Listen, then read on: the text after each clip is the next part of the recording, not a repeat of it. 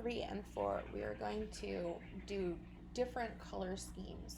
And you're going to watch a couple videos on different, um, how to make a color wheel, how to mix colors, a little bit about color theory.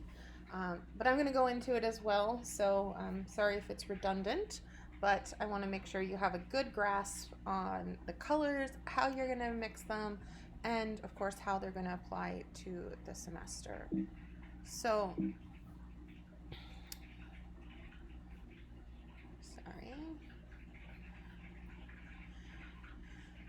The first part of this assignment, and the thing you want to do before really you get started on the rest of it, is to make a color wheel. Now, I know in your kit you do have a little color wheel mixing guide, and that's a really good tool to use in making your custom color wheel.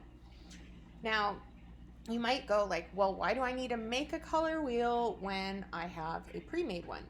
And mostly it's so that you get a good handle on how the paint works and how get comfortable with mixing the different colors, just like when you were doing the black and white assignment, figuring out how ratios and everything work. So you can get a handle on that before you start mixing colors for your big prints. So you're going to make a 12-step color wheel.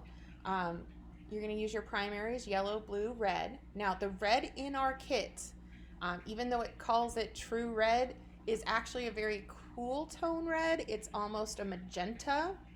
So actually, if you want to mix a better red, you actually mix, for red, you actually mix your true red pigment with just a little bit of yellow, so that it becomes more of a fire engine red. And you can help guide that mixing by using your pre-made color wheel, so you can make swatches. I think it's really important to have one sheet of paper that you sacrifice from the beginning of the semester to swatch your paint on. So, you know, your pad has plenty of sheets. Just take one sheet and use it to swatch colors so that you can make sure that your color is correct before you apply it to the section of your finished prints. So, or even your color wheel. So a scrap piece of paper that you can mix the color and then swatch it on will give you a better representation, because even when you're mixing the color in the little cup or on a plate, it doesn't look exactly the same as once you put it on the paper. The paper does affect the color to some extent. And as you can see, this is the color wheel I made with our paints. When I was making yellow orange, I had to go over it a couple of times to fix the color. It was too dark, so I kept adding layers of yellow to lighten it up. Yellow green, I had to add a little bit, touch more blue. So it's really important to have that swatch sheet as well as make your color wheel, so you have then a reference of how you got to that color for your prints. Your blue violet or blue purple is going to be very dark, as well as your blue green. Do not use the green in the kit when you're using and making your color wheel. You're welcome to use it once you're doing your assignments, but the green you can mix with our blue and our yellow is a much brighter green. The green in the kit is more of a forest green, and it's kind of earthy, and it has a muted tone to it, which means that they've mixed a little bit of red pigment into it to mute it down. So it is not a true green and should not be used. You also do not want to use white or black while making this color wheel, just the pure pigments, and just use your yellow, red, and blue. Now, colors have a relative density, just like when you're making grayscale and with the 5-color grayscale, you're making different densities of color. So your 3 is a 30% and your 5 is a 50% density. Each of our pure pigments has a relative density as well. And you'll notice that our pure yellow is much lighter, and you can see that here. It is much, much lighter, and it's a little bit, well, it's a lot more opaque, or translucent than the other colors. It's much more see-through. Where red has a more medium toned density and blue is even darker. So just be aware that when you're mixing, just like when you mix black and white, you do a little bit of dark into your lighter color. Use that in a guide when you're mixing your colors. So use tiny bits of blue into yellow to make green. Don't add yellow into blue because you'll need a ton of it in comparison. Again, if you're mixing oranges, a little bit of red into your yellow to get to your oranges, and a little bit of blue into your reds to get to your purples. That blue is going to quickly affect your color. So each hue has a value, meaning its relationship in darkness and lightness compared to the other colors. A tint is when you add white to a pure hue, and a shade is when you add black to it. So once you're done with your color wheel and you're working on your color scheme prints, you're absolutely allowed to use tints and shades.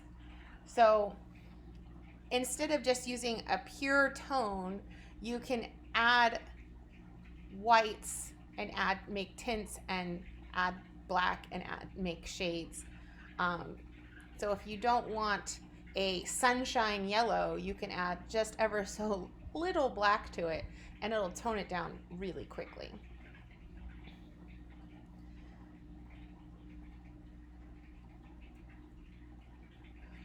So tone is a weaker chromatic state. A hue has almost a gray in its tone because it's dulled down from its brightest state. So on to color schemes. One of your videos talks about them briefly, so I won't go into detail, but I do want to talk about the assignment. So for the assignment, you are going to be making patterns using different color schemes. So in assignment 3, the first pattern is a 2-color scheme, and that is complementary. Complementary is any 2 colors across from each other on the color wheel. So it doesn't have to be these 2, that's just an example. So here are some examples from student works. Now, forgive the fact that when you photograph some of these works, like the purple here almost turns black looking, but that is a very dark purple. So we've got yellow, purple, red, blue, red, blue. Here the student has added white, making hues of yellow and purple. When you add white, even if you just add the ever so small amount of white, it will make your paint more opaque and give it better coverage on the page. You'll see, especially like in this image, how the red in the background kind of has a mottled look, as well as the red here and here. It's because the red's just not having a very clean coverage. Or I guess this is orange. These are orange and blue, red and green. They look almost the same when photographed. So do take that into account. If these 2 students had added ever so little amount of white in there, that would have become much more opaque. And that's just because white is a mineral base and it has a very thick coverage. So it'll just make your paintings look cleaner. So your designs are really up to you. You can go as crazy and wild as you want, but remember that pattern is based on repetition, order, or chaos. So the repetition is the repeating of an element. So you want to make sure that there's enough repeats that it becomes a pattern and isn't just a motif. But also you can play around with the order of it or the chaos of it. A chaotic pattern is still a pattern. So for instance, these triangles, they're overlapping and going every which way, and they add a really chaotic energy to the print, but there's enough repetition of that triangular shape to make it still a pattern. Here we have a pattern that morphs, which is really fun. And I could imagine even doing a much larger amount of these and really get it to almost where you get the full circles. Here we have stripes and diagonals, but we have enough of both to make it a pattern. Again, another pattern that morphs. This student used some of their tape to help guide their painting lines. One trick with painting is when you select your brush. So your rounded brushes will make a better rounded edge. Like if you're going along a curve, your rounded brushes generally work a little bit easier, but your square tipped brushes, your flat brushes, they'll work better for straight lines because you can apply them and drag and they're not going to splay out like the round brush will. So just keep that in mind. I would suggest doing sketches for your patterns and make sure that you create patterns that are complicated enough to be interesting but not over complex that they'll take you forever. So in the assignment 3, your second print will be a split complementary pair. So here we have a complementary is split by going one on either side of one end. So it makes this Y shape. And again, you could do the blue-green to red and yellow-orange. Oh, no, orange. So again, you can lay those out and you can use any 3 colors. So this is a 3-color scheme. 3-color schemes generally need a little bit more complex patterns just to make them visually interesting. So here is some selections from past students. So we have this really organic pattern. It's almost like lava lamp-esque, especially considering the colors the student used with the purple, green, and orange. It has a very retro 80s vibe. Here we have, again, lines and triangles and those diamond shapes. So we have elements of multiple patterns, but lots of good repetition to create variation. This one's really interesting because she's playing with an optical illusion art style. If you need inspirations for patterns, looking up op art or optical illusion art can give you some really interesting ideas. So here we've got like the columns and the lines and the diagonals and how the 3 colors lay out give you the sense of 3-dimensionality. Here another sort of organic, curved but straight lined piece. Again, you can see she's added white to the purple, which one makes it lighter because that purple mix is really dark, as you can see here, but also gives better coverage of the paper. You can see some of the lines she put down to give her guidelines where she was designing, which is a great technique, but you do see that some of them come through the page.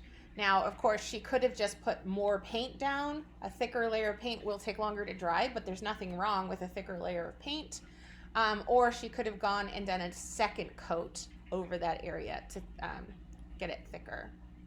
Or again, like this student, add just a little bit more white to it to give it more coverage. Here we have a cool basket weave pattern that adds a really interesting element to it. And up here, I really like this, like, I don't know, I feel like it's like an abstract of a cactus or something, or some sort of plant with these little like pokey bits coming in and out. So really interesting, like you can draw inspiration from all sorts of places and you can get as wild with your patterns as you want. You will be doing full sheets of these, so, you know, take advantage of your full page and have fun with it. Now, this is the first project with an extra credit option. And in the extra credit, it would be a 3rd print using one of the 4 color scheme options. So we have tetradic or rectangle, so it's 2 pairs of complements. or a square, which is, again, two pairs of complements making sort of an X shape. So some examples of student work from those is here we have our tetradics or our rectangles. Again, by the time the students were doing these, they had a little bit better grip on how the paint was working for them. And you can see a lot of them chose to add white, or in this case, some black to the paint to get a cleaner and more opaque coverage. So I think they all, almost all of them used the exact same color scheme here, except for this one. And then square. Here are some examples of past squares. Students haven't done this one as much. Now in this one, it's interesting because this is actually a student's paint issue. They didn't buy the kit paint, they bought different paint. And you would think every red and every blue is the same, and then you mix any two reds together or red and blues together, you would get purple. But some of them make this more earthy plum color instead of a true like vibrant purple, just depending on the chemicals and the mixes of the color. So his blue tended to mix to this more plum color. But here we have a fun take on quilt blocks, these two. Some, again, 80s inspired triangles and some fun circles in circles. So, you know, again, so you can do, for this project, you can do an extra credit. So you just do either one of those, whichever seems more interesting to you. In the second part of this assignment, you will also have an extra credit, so you can always do the other one. So if you're excited about doing both, go ahead and plan them now and then get them done for the 2 assignments.